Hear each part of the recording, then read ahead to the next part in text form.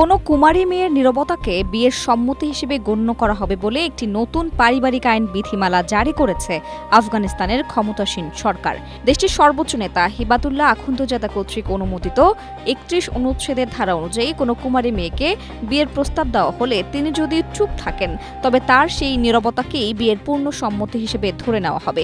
তবে একই নিয়ম ছেলেদের বা বিবাহিত নারীদের ক্ষেত্রে প্রযোজ্য নয় বলে উল্লেখ করা হয়েছে। ডিক্রিতে আরও খিয়ার আল বুলুক বা যৌবনে পৌঁছানোর পর সিদ্ধান্ত নেওয়ার অধিকার নামে একটি আইনি বিধান যুক্ত করা হয়েছে।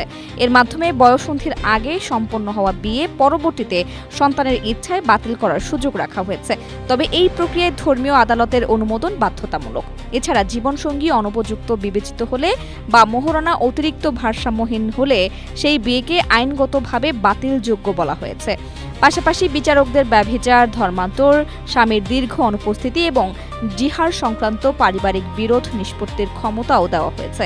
এসব ক্ষেত্রে প্রয়োজন অনুযায়ী তারা বিচ্ছেদ, কারাদণ্ড বা অন্যান্য শাস্তির নির্দেশ দিতে পারবেন।